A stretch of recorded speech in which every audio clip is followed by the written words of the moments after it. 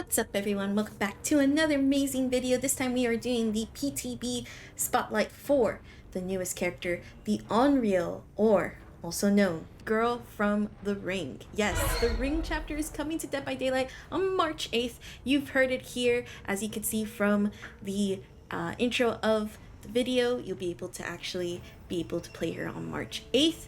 I'm really excited for this chapter. The Ring is one of my favorite horror movies, as well as one of my favorite genres of horror. I am a true fan of Japanese horror, so it's going to be really interesting to see how she plays. Speaking of which, let's go ahead and check her out.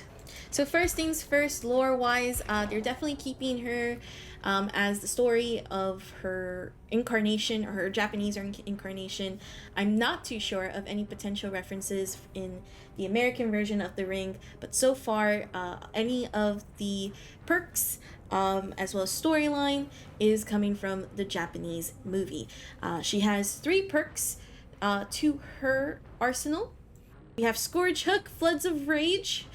This is actually interesting. If you unhook a survivor off of a Scourge Hook, you'll be able to see their aura. Call of Brine. This is actually starting to be a debate of it might be better than Ruin. And then Merciless Storm, where she will be able to actually kind of cause skill checks on generators when they are close to being completed. Deluge of Fear, again, as mentioned, is her power. She has the ability to go ahead and go in between the invisible state, similar to how Freddy was originally when he was in the nightmare or in the dream state. She also is able to actually go through televisions, which is really cool. So far, if you are actually using the television, you actually are able to get a speed boost. And then on top of that, if players are trying to get rid of the televisions, they have to get a tape, and in that tape, they'll be able to get rid of her. However, they will be cursed, just like the movies. So we're going to be loading into this map pretty soon. It is Mount Ormond's resort, so of course there's going to be a couple of loops that we'll see how she does. I think this is an interesting map that we get to really try her out. But I do know with the way that she works, I don't think looping is going to be a really strong suit of her. So that already is going to be probably something to look out for once we get into the higher level play. As you can see, she has a sort of staticky video tape UI on her. It's really cool. So her hands actually stay still when she's in this state. She'll actually go ahead and manifest, which is right here, and she actually has a heartbeat, fully invisible, and she is now out of the invisible state, where she'll be able to actually go in and out. As you can see, the white auras are the television sets, and here we go. We're going to go back into the invisible state, and we're going to actually try to teleport through this TV right now. See if we catch any survivors. As you can see, she's really short and she has quite a speed boost. I think the speed boost is such a nice touch. We're gonna get rid of the store here. Oh, looks like we found some survivors. Hi, Fang, what's up?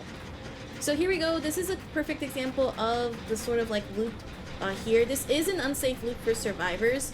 That is her attack. It's actually interesting, her attack, because you would think that it wouldn't reach too far the way it's set out. This is not really like a weapon per se, it's a sort of like power. We do have brine on that generator. We currently are actually invisible, so that's why that person actually didn't hear us. So we're gonna demanifest to actually go after. We cannot attack while we're invisible, by the way. That's a really big thing to keep in mind as well. As we're continuing these chases, we did lose the Steve before, so we found the David right now.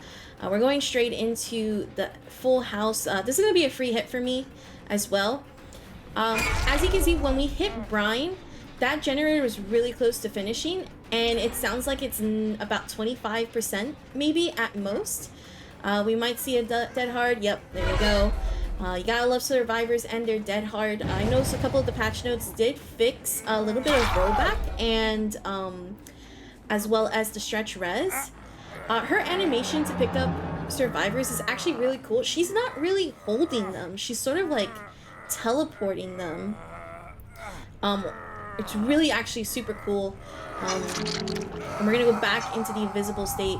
Again, this is really interesting to use. Like, she's not completely invisible, but she is quiet on her heartbeat. And we're actually gonna see someone going ahead and trying to rescue here. Just gonna double check if nobody's there. And they're all going to the basement. And here we go. Yeah, as you can see, I have to actually become visible in order to be able... You know what? We're not going to talk about those hits. I have to become visible in order to actually get a hit in. Tried to actually get this hit in on the Fang. Was able to do so. I think that was a dead hard up there. And we're going to put the Fang on the hook here.